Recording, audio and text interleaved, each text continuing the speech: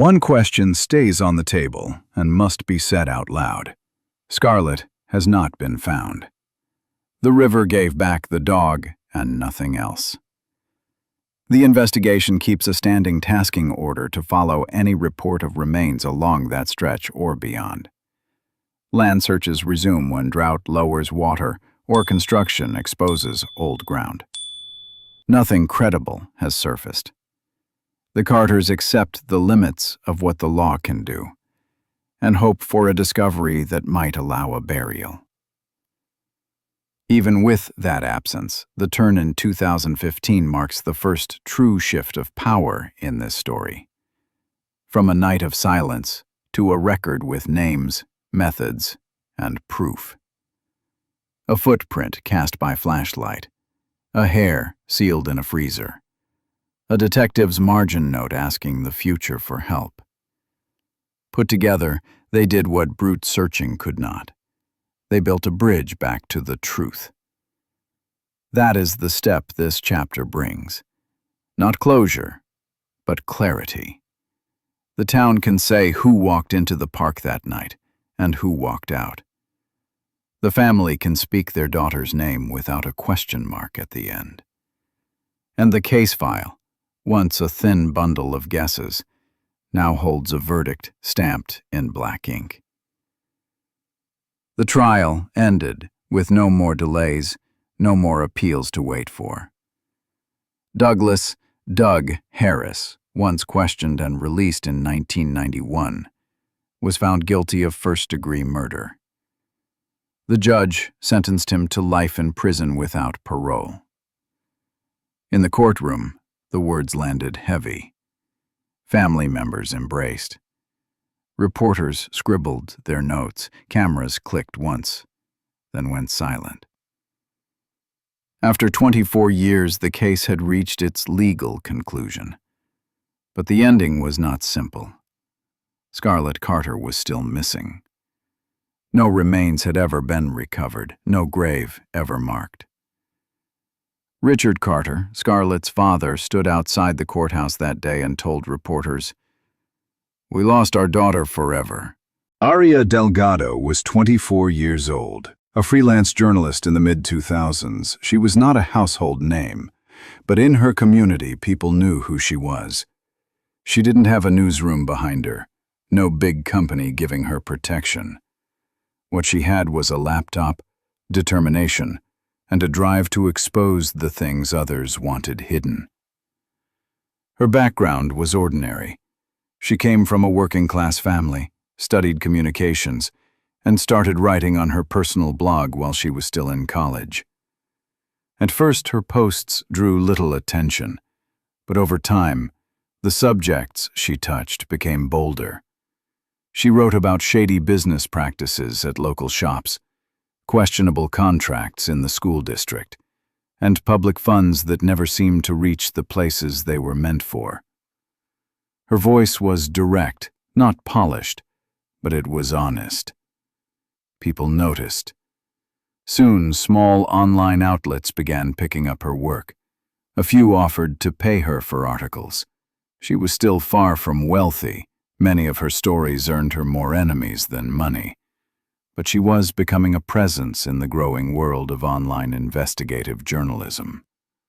By 2015, Aria had built a reputation for taking risks that others avoided. She was not afraid to quote anonymous sources or to dig through records that most would ignore. She had a sharp eye for details in government budgets, council meeting notes, and contractor invoices. She noticed the small numbers that didn't add up, the signatures that looked out of place, the dates that clashed with official statements. It was this persistence that pushed her into dangerous territory. Her last investigation was bigger than anything she had worked on before. It focused on a highway construction project, a contract worth millions. On paper it looked legitimate, but Aria's sources told her otherwise. Money was moving in circles. Contractors with little experience were landing bids far above market rate. Shell companies were winning subcontracts, then funneling payments to accounts overseas. It wasn't just sloppy paperwork. It looked like laundering. Aria knew the stakes. If she was right, local officials and wealthy businessmen stood to lose a fortune. Aria often worked alone. She didn't fully trust anyone around her, not even fellow journalists. Some thought she was reckless. Others admired her independence.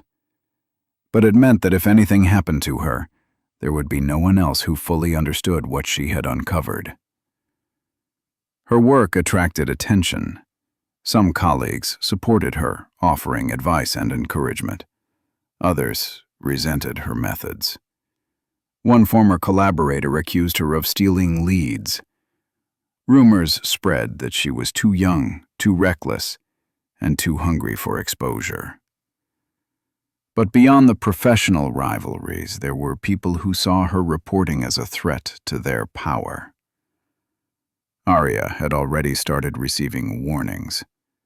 A few were subtle, anonymous emails telling her to choose her battles. Others were more direct. Friends remembered her laughing off a message that read, "Stop now, or you won't like the ending." To Aria, it was part of the job. She didn't file reports with police. She didn't slow down. She kept writing, kept gathering documents, and kept pushing forward. One of her last emails to a colleague contained a short, almost casual line. "This could change everything."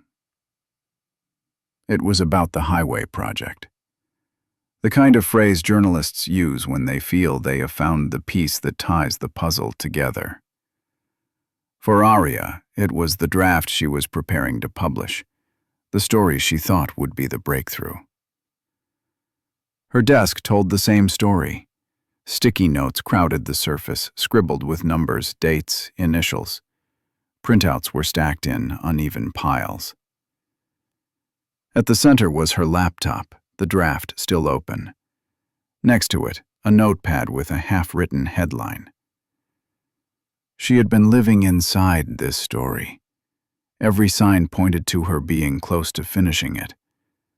But the closer she got, the more obvious it became that someone didn't want her to finish.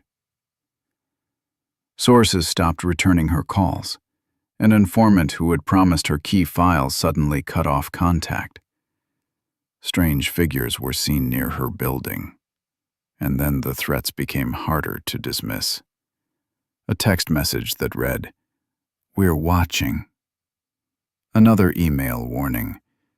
If this goes... September 12, 2016, began like any other day for Aria Delgado. But by midnight, it became the day that defined her disappearance. That morning, she sat across from a source at a cafe near the downtown square.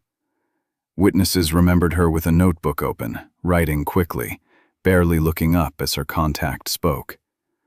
The source, according to investigators later, was a mid-level employee from a local construction company. He had promised her details about payments and contracts tied to the highway project. She left the cafe with pages of notes and a serious look on her face. By noon, she met with someone else, another source who had once worked for a contractor now under suspicion. They were seen together at a small diner off the interstate. The meeting was brief. No one overheard the conversation, but security footage confirmed she was there. When she walked out, she clutched her black bag tight against her side. That bag, investigators later noted, contained her laptop, printed documents, and the external hard drive she relied on for storage. The evening brought her back to the newsroom. At 9 p.m., colleagues saw her inside, working at her desk. She copied files, sorted through folders, and saved key evidence onto the hard drive. Her focus was the draft she believed could end careers. At 10:05 p.m., the last confirmed sighting inside the building was captured on a hallway camera. Aria walked out of the newsroom carrying her bag, phone in hand, moving quickly. She did not appear nervous, but she was moving with purpose. The footage showed her glancing down at her phone as she left. That was the final time she was seen alive on video. At 11:41 p.m., she placed a short call to a close colleague. The call lasted only 46 seconds. According to that colleague, her tone was hurried. She mentioned needing to confirm one last detail. She promised to call back, but she never did. Minutes later, her phone activity stopped. GPS data placed her near a residential street not far from the city park. Then, silence. At 12:12 a.m., a single text arrived on her phone from an unknown number. The message read, "Be smart." Neighbors near the park reported seeing a young woman matching her description walking past shortly before midnight. One said she looked like she was on the phone. Another claimed she was alone. None recalled anyone following close behind. No clear suspect was identified from those statements, but investigators later noted the inconsistencies in how long she was seen walking, and in which direction. The last confirmed possessions she had were her bag, her laptop, and the hard drive. The bag was never found. Only the wallet reappeared. To investigators, it was a staged clue, a sign left behind to distract from where she had actually gone. Every detail from that night points to a trail that ends too suddenly. A meeting in the morning, another by noon. Hours in the newsroom gathering files. The camera at 10:05 showing her exit. A rushed phone call before midnight. A chilling text that warned her to stop. And then the discovery of her wallet in the early hours. These fragments are all that remain from the last day anyone saw Aria alive. They leave questions with no clear answers. Who sent the threatening text?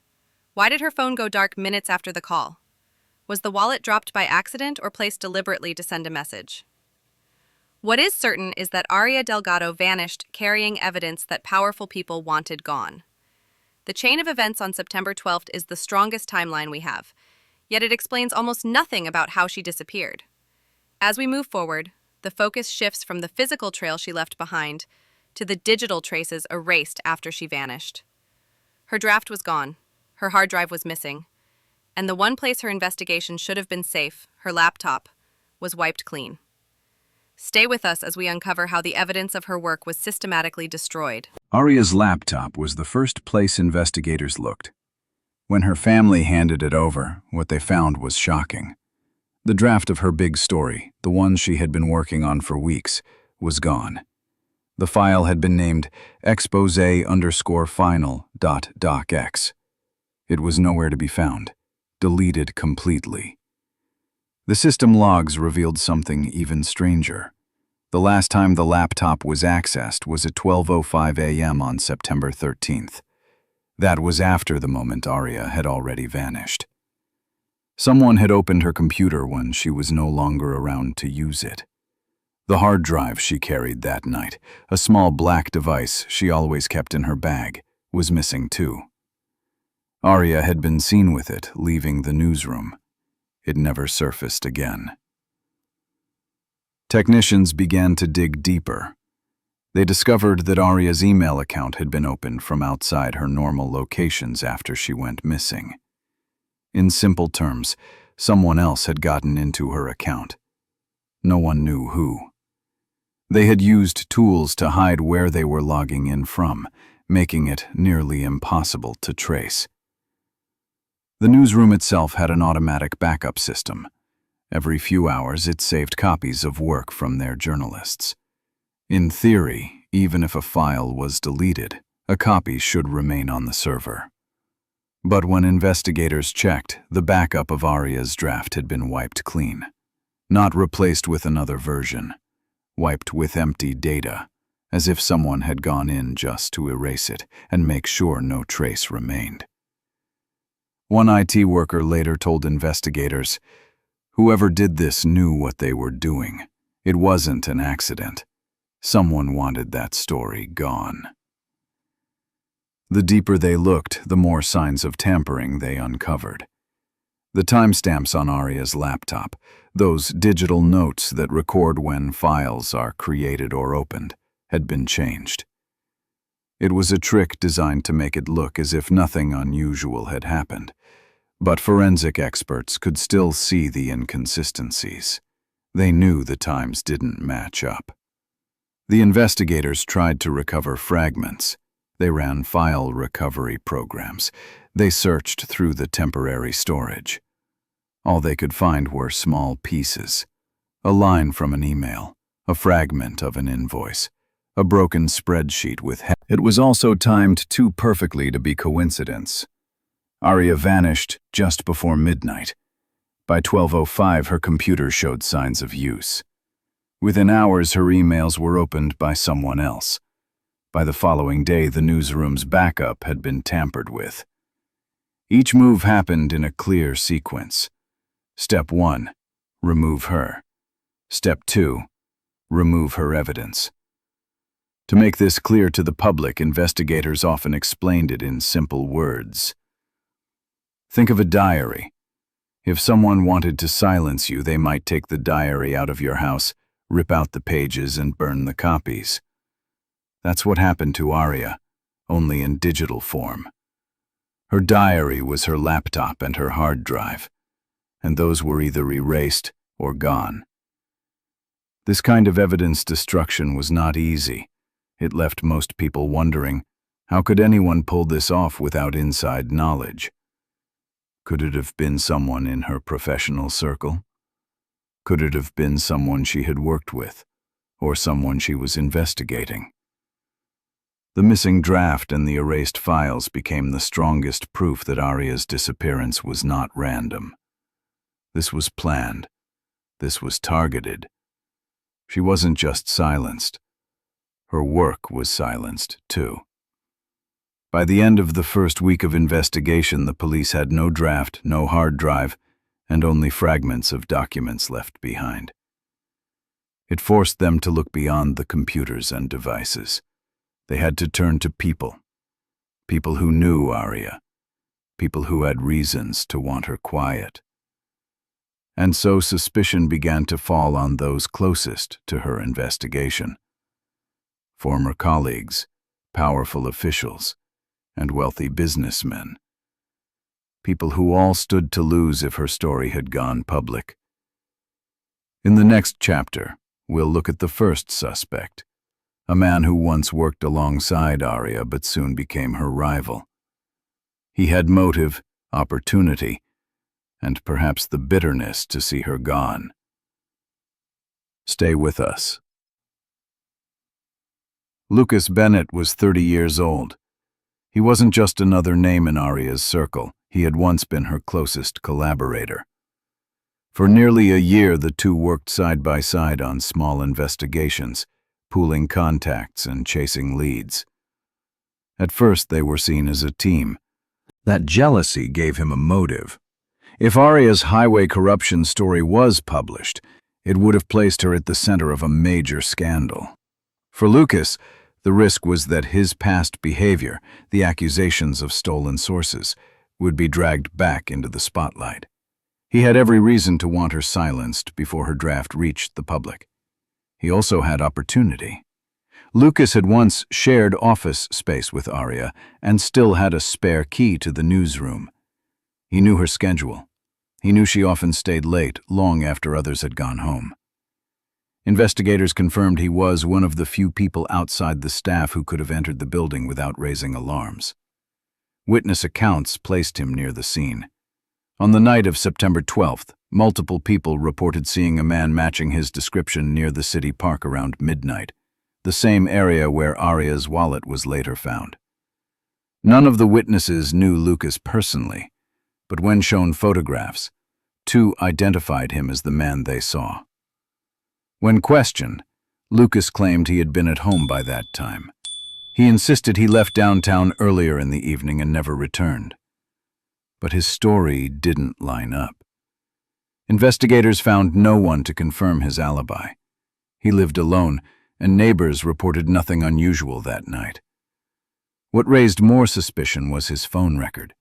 Logs showed a call placed from his number at 11:58 p.m., a 2-minute call to a number that was never identified. It was not in his contacts, and the carrier data linked it to a prepaid device. Those kinds of phones are nearly impossible to trace. Lucas said he couldn't remember the call. To investigators, that excuse was not convincing. The sequence looked troubling. Aria leaves the newsroom at 10:05 carrying her bag. At 11:41, she calls a colleague. Minutes later, Lucas's phone connects with an unknown number. By midnight, witnesses see him near the park. By dawn, Aria is gone, her wallet sitting on a bench. The timing was too close to ignore. Forensic teams pushed to see if his phone placed him near the area. Cell tower data suggested his device had pinged off a tower close to the park around the same time. Lucas argued that this didn't prove anything. Towers covered large areas, he said. He might have been elsewhere. The police didn't have enough to charge him. They had sightings. They had a phone call. They had an alibi full of holes. But they had no physical evidence tying him directly to Aria's disappearance. No fingerprints on her belongings. No footage of him with her that night. Without that, suspicion was not enough. For viewers and readers following the case, Lucas quickly became one of the most debated figures. Was he just unlucky, caught in the wrong place at the wrong time? Or was he the rival who finally snapped, taking the chance to remove the competition? Every piece of his story created tension. The missing alibi, the strange phone call, the witnesses who saw him near the park, and the bitter history between him and Aria. It all pointed toward him, but it never closed the case. The investigation had to keep moving. Lucas Bennett remained on the list of suspects, but attention was already shifting toward someone with even greater motive. Not a rival journalist, not someone struggling in the same industry, but a man with power, influence, and far more to lose if Aria's story ever reached the public. As the case unfolds, suspicion climbs the ladder of authority. In the next chapter, the spotlight moves onto a local official, Victor Hayes, a man with direct ties to the contracts Aria was investigating, and the resources to make her disappear. Stay with us. Victor Hayes was in his 50s, a senior city official with years of influence behind him. His name appeared on ribbon cuttings, budget memos, and the signatures that turned proposals into contracts. He wasn't a rumor or a shadow. He was the person who decided where public money went. And his office touched almost every major project in the city, including the highway contract Aria Delgado had been investigating before she vanished. Aria's notes showed how often his name surfaced. Council agendas, vendor lists, meeting summaries. He was the official who approved the phases that drove costs up. He signed add-ons. He pushed through emergency amendments. On paper, it all passed routine checks. In Aria's files, the timing looked different. Invoices jumped right after closed-door meetings. Subcontractors with thin resumes landed work worth millions. And at the center of each phase, the same signature, Victor Hayes. The motive for silence was obvious. If Aria's draft went public, Hayes could lose more than a title. The leaked records she collected suggested that companies tied to his circle, shell firms with fresh registrations and shared addresses, won bids, then billed for tasks other crews had already completed. Money moved quickly, then stopped in places that made no sense. A spreadsheet in Aria's recovered fragments listed line items for consulting and site prep, billed on days when crews reported rainouts. Someone was getting paid for jobs that never happened. Investigators learned that 2 weeks before Aria's disappearance, the newsroom received a threatening email. It warned them to End the smear campaign, and shut down the highway lies. The address was generic, the kind anyone can make in minutes. But the message traveled through a government network at one point. Digital forensics traced a hop that aligned with traffic from the city administration building during business hours, on a day Hayes's calendar placed him on site. No one could prove he typed the words, but the route through his domain raised the stakes. Witness statements added pressure. A colleague recalled Aria saying, "Hayes will be the center of this story." Not a guess, but a conclusion drawn after weeks of digging. She intended to publish his name, the dates, the dollar amounts, and the companies linked to him. She believed the spreadsheet and emails on her missing hard drive tied his approvals to a chain of suspicious payments. Hayes understood the danger. Days before Aria vanished, he personally called the newsroom and demanded the investigation stop. Hayes had something else: reach. As a senior figure, he met weekly with police liaisons about traffic enforcement and public safety around construction zones. That contact gave him rare access to people who could slow requests, reroute inquiries, and create delays without leaving fingerprints. The case file shows timing that made detectives uneasy. Public records requests about the highway bid were under review for weeks.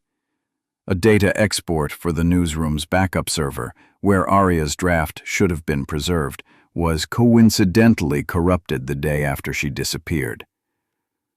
None of this proved direct interference, but each delay blunted momentum when speed mattered most.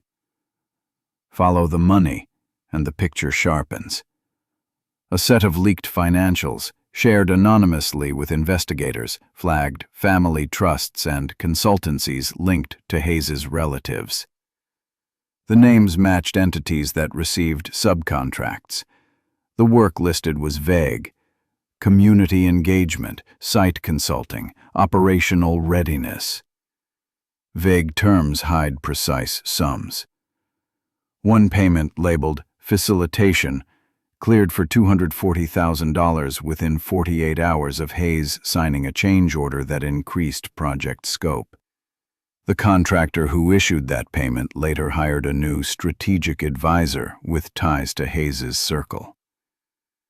Investigators mapped Hayes's schedule on the week Aria vanished. Monday, a closed meeting with the highway board. Tuesday, a fundraiser dinner hosted by a private developer later connected to the same project. Wednesday, calls with the city finance office. Thursday, a morning press availability, then internal meetings. That Thursday night, September 8th, Aria told a colleague she was close to locking the final piece. 4 days later, she was gone. Hayes's public alibi for the night of September 12th was crisp. He said he left City Hall at 7:30 p.m., attended a private meeting with donors at a downtown restaurant, and went home by 10 p.m. He provided a receipt from the restaurant and a driver's statement. The receipt checked out. Cameras showed him arriving at 7:42. But there was a gap. Between 9:15 and 9:47, no footage placed him at the table. The driver's log said the car What about the threatening email to the newsroom? Staff in Hayes's office denied any role. They said many departments share the same network. A tech aide suggested the traffic could have been routed through their building by accident. It was plausible. It also strained belief when paired with everything else. The money trail widened the lens. Companies that benefited from Hayes's approvals donated heavily to a political action committee that backed his allies. The PAC paid a media consultant who, according to invoices, managed risk related to transport and messaging during the highway rollout. On paper, those words sound harmless. In context, they hint at a machine built to pressure, delay, and silence critics until contracts were safe. Detectives pressed into Hayes's circle. They interviewed staffers. One aide admitted fielding agitated calls the week before Aria vanished. Another recalled a closed-door meeting where Hayes was visibly angry about coverage of the highway project. He told the room, "This story dies now." Staffers insisted he meant the controversy, not a person. But the phrasing stuck. Proving involvement is different from drawing suspicion. Investigators lacked direct evidence linking Hayes to Aria's last movements. No camera caught him near the park. No witness placed him with her. No scrap of her property held his prints. What they had was motive, pressure, and a pattern. A powerful official who stood to lose everything if her draft saw daylight, who pressed the newsroom to stand down, who had the contacts to slow a case, and whose allies profited from the very contracts Aria targeted. The emotional weight of this chapter sits in the tension between what looks likely and what can be proven. Families want answers. Viewers want a name. The case demands more. It demands proof that holds in court and withstands appeal. That is the standard Aria herself believed in. As the investigation tightened, attention shifted to the ecosystem around Hayes. He did not act alone to build a project of this size. Large contracts pull in private partners, consultants, and ambitious entrepreneurs. One of them, a young contractor with fast growth and faster money, kept appearing at the edge of Aria's notes. Parking receipts near the newsroom, meetings logged without agendas, late-night drives that traced the same streets Aria walked on her last night. That man is Marco Alvarez. On paper, he was just a vendor with a winning bid. In practice, his company's survival depended. As we move forward, the lens turns to Marco. His rise, his links to the contract, the parking stub stamped at 10:30 p.m. near the newsroom, and the witnesses who saw his car pass the park before midnight. If Hayes had motive and power, Marco had motion and proximity. Together, their timelines frame the night Aria vanished. Stay with us. Marco Alvarez was 32 years old, the head of a fast-growing construction company. On paper, his rise looked impressive. In less than 5 years, he went from a small contractor handling minor repairs to winning multi-million-dollar projects tied directly to the city government. At the center of that growth was one contract, the highway expansion that Aria Delgado had been investigating before she disappeared. The numbers made his motive clear. Marco's company depended almost entirely on that single deal. If the project collapsed under allegations of fraud or corruption, he wouldn't just lose revenue. He would lose credibility. Investors would walk away. Banks would call in loans. A young firm like his could fold overnight. Aria's article threatened not just his profits, but his survival in the industry. In the weeks before her disappearance, Marco and Aria crossed paths more than once. Sources later confirmed that he requested a private meeting with her, framing it as an attempt to clear up misunderstandings. They met at a bar near the Civic Center. Staff described the exchange as tense. Aria took notes while Marco leaned in close, his voice sharp, his hands moving with force. One worker recalled her leaving first, her face set and her steps quick. Whatever he hoped to accomplish, it had not softened her stance. The timeline on the night of September 12th added more weight. Aria left the newsroom at 10:05 p.m. carrying her bag. At 10:30, a parking ticket showed Marco's black sedan entering a garage only blocks away from the same building. Investigators later matched the record to his license plate. He offered no reason for being there, claiming he might have been in the area for business. Yet no meetings or receipts supported his claim. Street cameras filled more gaps. Around 11:15, a vehicle matching Marco's car drove along. Marco's ties to Victor Hayes, the senior city official, deepened the concerns. They weren't strangers. Records showed them appearing together at fundraisers and closed events. Marco's company had donated to committees connected to Hayes's circle. Contracts seemed to follow shortly after.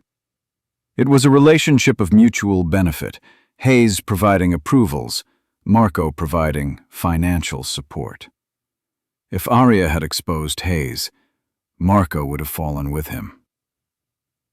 Investigators highlighted the financial trail. Days after Aria vanished, Marco's company withdrew a large sum in cash, over $100,000. The withdrawal was marked as operational expenses, but no invoices matched the amount. Forensic accountants pressed for details. None were provided. To many, it looked like a payment off the books. Could Marco have acted directly?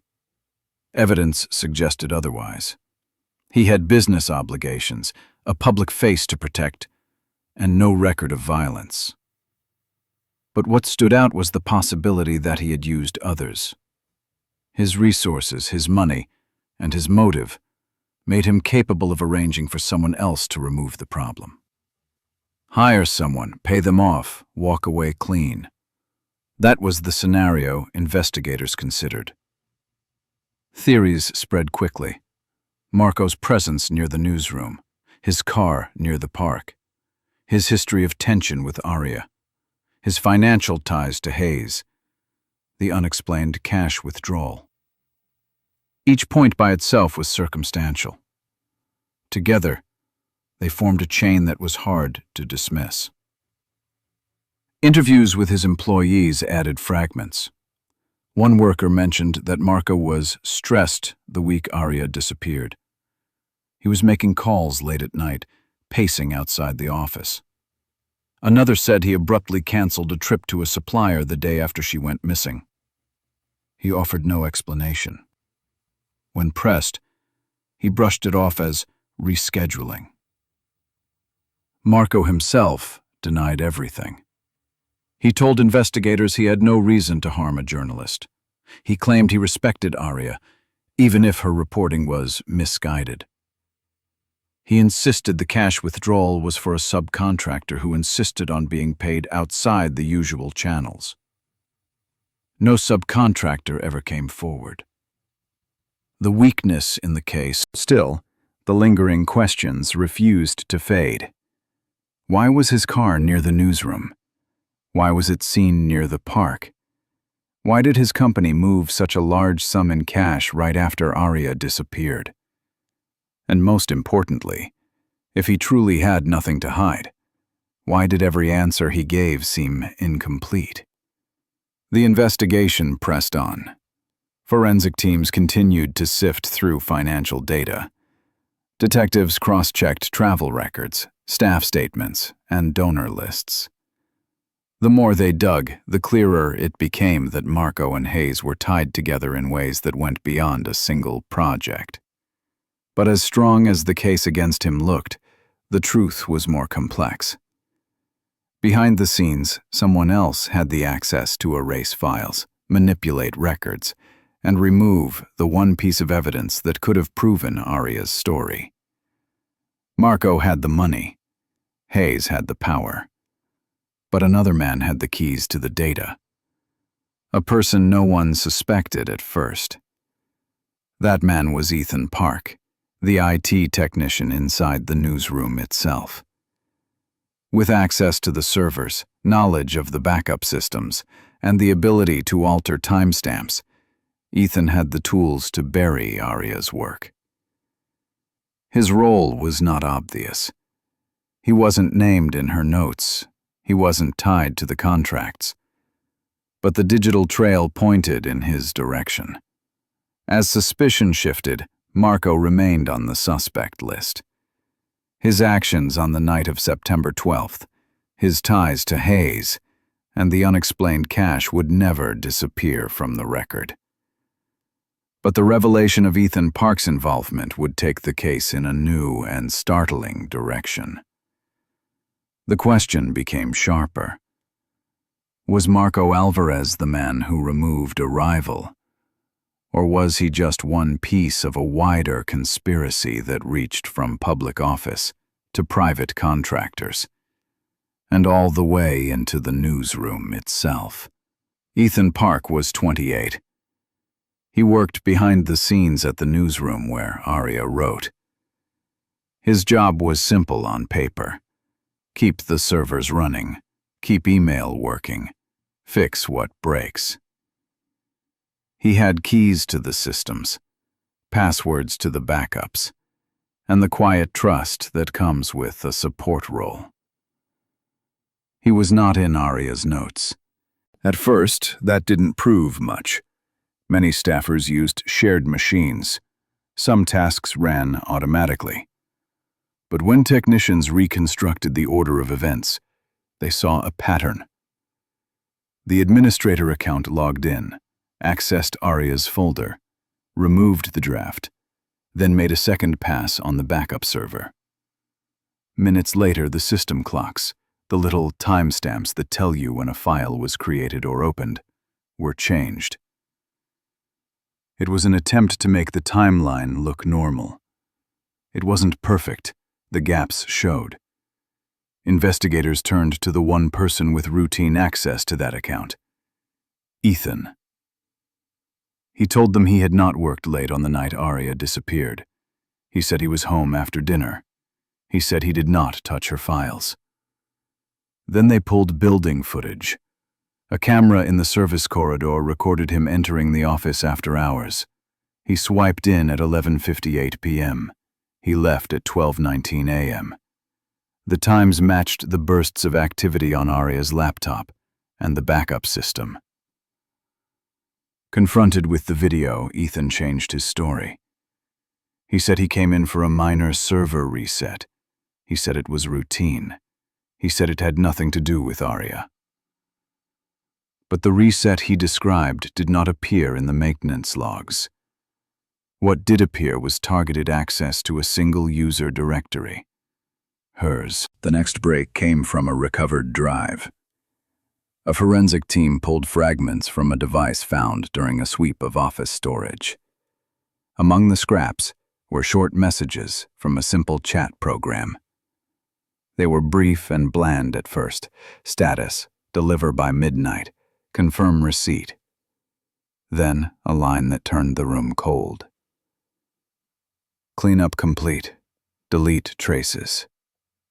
The timestamps sat within the window when Aria's files were deleted and the backup was wiped. The sender ID in those chats matched a handle Ethan used on internal tools. The recipient was an unlisted account created just days earlier. The account was later erased. Investigators could not see the full thread, but they could see enough to build a picture. Someone asked for a cleanup, and someone with access delivered it. Money filled in the motive. Ethan's bank statements showed ordinary deposits from his paycheck. Then 3 days after Aria disappeared, a new deposit arrived. It was not a paycheck. It was a transfer routed through a small consulting firm with no public clients. The memo line said, "Project support." The amount was large for a junior IT worker. When asked, Ethan called it a freelance bonus. He could not produce an invoice. The firm dissolved weeks later. Who stood behind that firm? The registration led to a mail drop.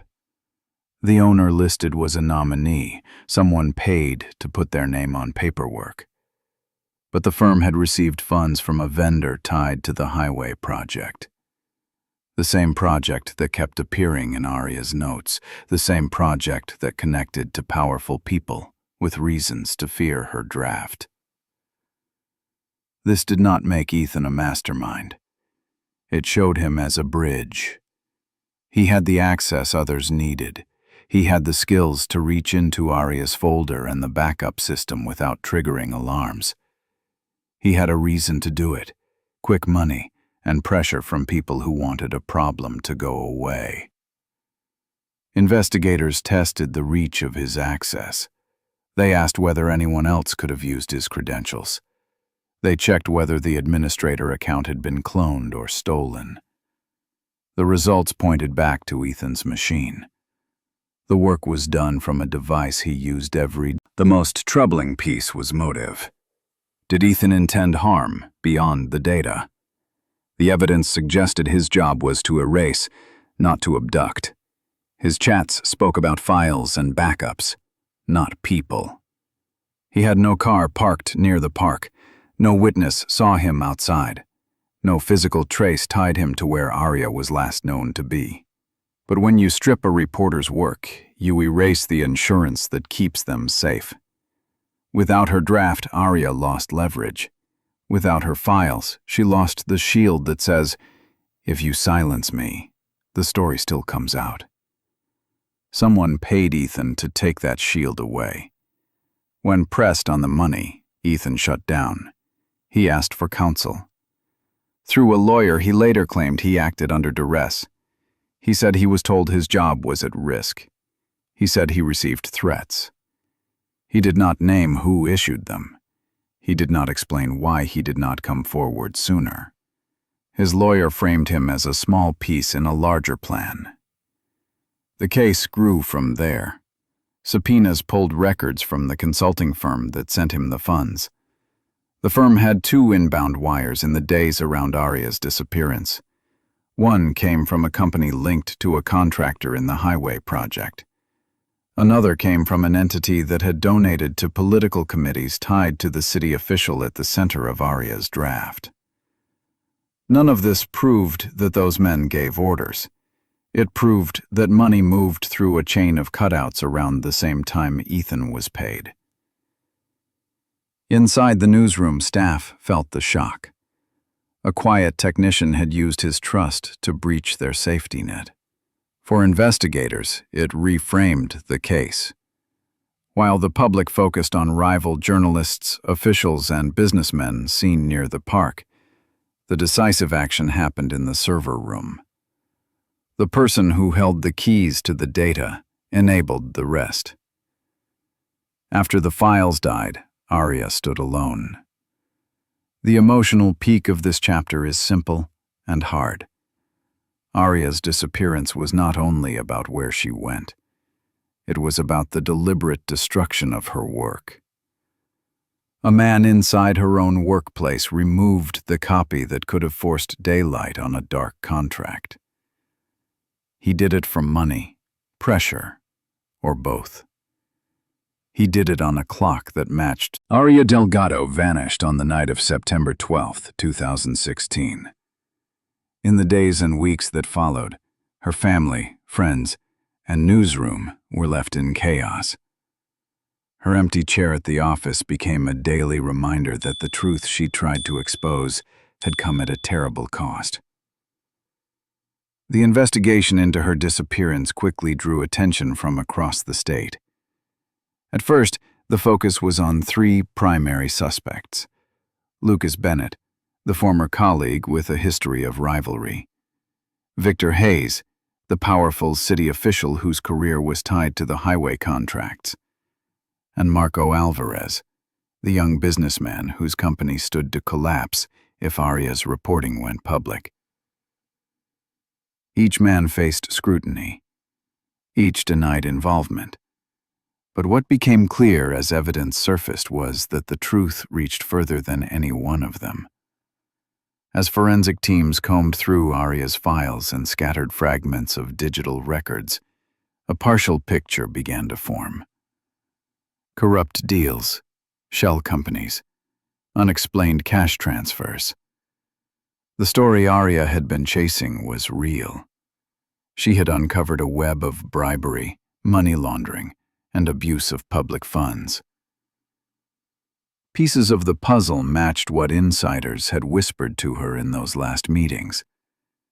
The contracts were fraudulent, the profits funneled into private accounts, and the officials behind them determined to keep it buried. Several mid-level officials were indicted within months. A deputy finance officer, a procurement clerk, and 2 contractors were arrested for falsifying invoices. Others resigned quietly under pressure. Yet the most powerful names, the ones Aria had written about in her notes, remained untouched.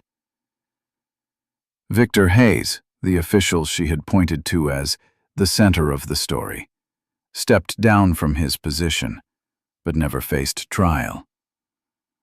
Marco Alvarez sold his company shares and disappeared overseas. Lucas Bennett, though cleared of direct involvement, saw his career collapse under the weight of suspicion.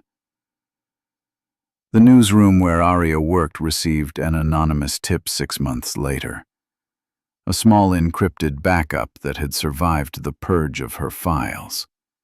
Inside were fragments of the missing story, drafts, emails, and copies of invoices. At vigils held outside City Hall, people lit candles in her memory. Photographs of Aria, smiling, holding a notebook, were placed beside handwritten signs that read, "Justice for Aria. Justice for the truth." Her name became a rallying cry for young reporters, a symbol of courage in a profession where asking the wrong questions can be dangerous. But the cost was clear. Aria was still gone. Her family had no answers, no remains, no closure. The suspects named in the case walked free, either for lack of evidence or because their power shielded them from consequences. The only accountability came from the exposure of the documents she had left behind. For independent journalists, her disappearance was a turning point. Some said her work inspired them to keep going, to dig deeper, to refuse intimidation. Others admitted it filled them with fear, a warning of what could happen if they pushed too far. The balance between hope and fear became Aria's legacy. Proof that the truth can survive even when the messenger is silenced, but also a reminder of the risks that truth-telling demands. The message was simple. Silence may delay the truth, but it cannot erase it forever. The files survived. The story lived on. And the questions she asked still hang in the air today. Who ordered her silence? Who benefited most from her disappearance? And how many others were part of the network that tried to bury her work? Her legacy lives not just in the leaked documents, but in the push for stronger protections for journalists. Advocacy groups cite her case in campaigns for press freedom. Universities mention her story in classrooms, teaching the next generation about both the importance and the danger of investigative reporting. And yet, the case of Aria Delgado remains unsolved. A missing journalist, a sclosional trail of evidence, a handful of suspects but no conviction. Justice incomplete. As the years pass, the public continues to debate who holds the final piece of the puzzle. Was Ethan Park, the IT technician later tied to the deletion of files, truly the last link? Or was he just another pawn in a larger hidden operation? Was Victor Hayes protected by allies who erased evidence before it could reach a courtroom? Did Marco Alvarez? So now, the question comes to you. Who do you believe stood behind the network that erased her work and erased her? Which suspect seems most likely, and why? Leave your thoughts below, share the details that stood out to you, and subscribe to follow the next part of this case, where we explore new evidence and speak with Aria's family about the fight to keep her voice alive. Because in the end, the truth doesn't disappear, and neither should her story.